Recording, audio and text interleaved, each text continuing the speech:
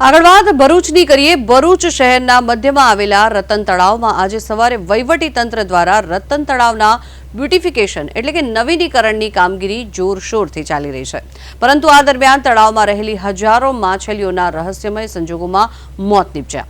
તળાવના પાણીની સપાટી પર મૃત માછલીઓ તરતી જોવા મળી। જીવદયા પ્રેમીઓમાં પણ શોક અને રોષની લાગણી અનુભવી છે, ત્યારે તળાવમાં રહેલી મૃત માછલીઓને કારણે સમગ્ર વિસ્તારમાં અસહ્ય દુર્ગંધ ફેલાઈ રહી છે।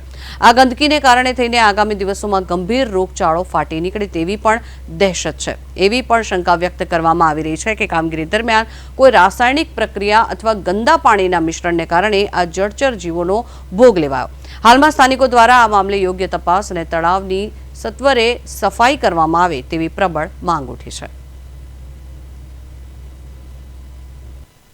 નગરપાલિકા વિસ્તારની અંદર આવેલ રતન તળાવ જે વારંવાર ચર્ચાનો વિષય રહેલો છે, ત્યારે આ નગરપાલિકાનું જે વહીવટી તંત્ર છે એ ખાડે ગયેલું સ્પષ્ટપણે દેખાય છે।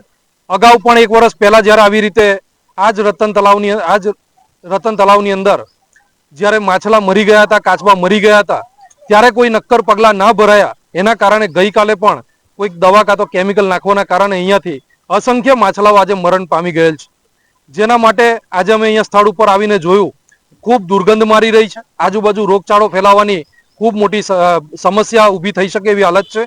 ત્યારે અમે આશા રાખીએ છીએ કે આ જે કોઈ પણ આવું કૃત્ય જેને પણ કર્યું છે, આ અસંખ્ય જે માછલા મર્યા છે, એના જે ગુનેગાર છે એ લોકોની ઉપર કાયદાકીય પગલાં ભરવામાં આવે।